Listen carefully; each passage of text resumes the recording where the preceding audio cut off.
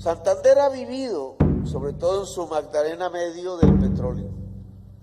Ecopetrol fue hecha por los obreros que estaban allí en la concesión Barco. Se insurreccionaron un 9 de abril del 48. Y esa insurrección, la primera Junta Revolucionaria Obrera de Colombia en el poder, construyeron un cañón que creo que todavía está ahí para defender la conquista obrera del fascismo que se abalanzaba sobre Colombia, y por eso se fundó Ecopetrol. Son esos trabajadores su origen.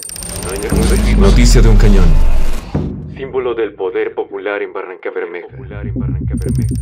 A los colombianos en el exterior, a los colombianos en el exterior, a los colombianos en el exterior, a la 1:30 del día 9 de abril de 1948, a la 1 de 1948, a las 14:15 fue asesinado por un policía conservador, el doctor Jorge Eliezer Gaitán, por órdenes del Partido Conservador y del gobierno conservador.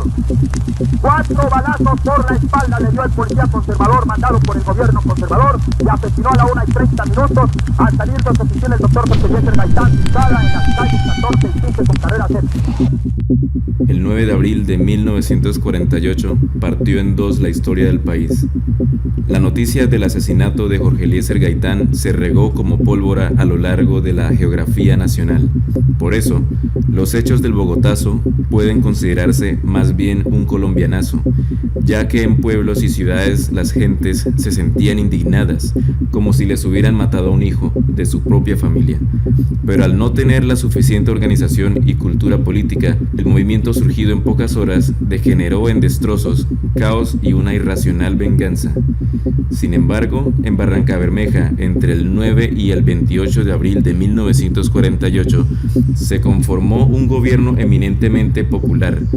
A las 3 de la tarde del 9 de abril, la multitud congregada de obreros y la población de Barrancabermeja eligió en asamblea una junta revolucionaria de 5 integrantes: los médicos Hernán Soto Crespo, de ideas anarquistas, y Gonzalo Buenahora, de pensamiento marxista; los políticos gaitanistas José María Vesga, ex representante a la Cámara, y Arturo Restrepo, concejal, además del joven abogado defensor de los sindicalistas y cercano al Partido Comunista, Apolinar Díaz Callejas.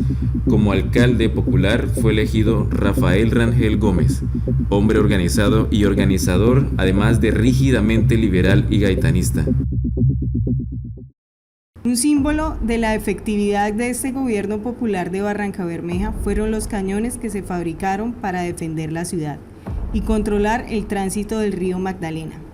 ¿Te acuerdas? Uno de estos cañones fue conservado y convertido en un monumento por el ejército durante al menos 30 años. Permaneció en la entrada del batallón Nueva Granada, pero este monumento fue reemplazado por otro cañón que no tiene valor histórico, afectando el derecho de la ciudadanía a conocer su pasado y reconocer sus vínculos de identidad nacional y el aporte colombianista de este ensayo de revolución en la historia política local. En la actualidad, en abril del 2023, se presentó una demanda de acción popular que cursa en el Juzgado Segundo Administrativo Oral del Circuito de Barrancabermeja para reconocer este valor. El procedimiento judicial avanza lentamente en el escritorio del juzgado. Mientras tanto, la voz de la historia cada día que pasa, paradójicamente, se hace más fuerte gracias a la memoria y al anhelo de una paz completa que exige afrontar el pasado, para que la sociedad se encuentre consigo misma, conozca su pasado, lo acepte y reconozca aquello que fue traumático sin silenciar ni olvidar. El gobierno popular de Barrancabermeja conformó una milicia obrera con los comandos gaitanistas previamente existentes, quienes venían de la experiencia de la huelga nacionalista del 7 de enero al 24 de febrero de 1948, por la cual se crearon las condiciones para la reversión de la concesión de mares en manos de la Troco hasta 1951 y la creación de la empresa colombiana de petróleos Ecopetrol. Con este acumulado, el gobierno popular controló el tránsito por el río Magdalena desde Puerto Wilches hasta Puerto Boyacá. La Junta Revolucionaria y el alcalde popular logró salvaguardar la vida de los extranjeros y la integridad de los campos petroleros, decretó ley seca, protegió a los conservadores en la cárcel, prohibió el robo, reprimió cualquier ataque contra el clero, creó un sistema cooperativo de alimentación, controló los equipos de radiocomunicación, brindó protección a los dineros depositados en los bancos pese a necesitar esos recursos, construyó murallas y puentes, e hizo un desfile militar el 18 de abril con los cañones que mandó fabricar el obrero de la Shell en Casabe, Antonio Pérez Tolosa. Por todo esto, los historiadores conocen este episodio como la Comuna de Barranca. En la madrugada del 28 de abril de 1948, el ejército entró a Barrancabermeja. Los dirigentes y cientos de obreros fueron apresados y procesados en consejos de guerra, que se adelantaron en Bucaramanga. Uno de los condenados de estos juicios sin garantías fue Mario Cújar Pastrana, obrero revolucionario encargado de las comunicaciones, cuya voz ha sido rescatada por Señal Memoria.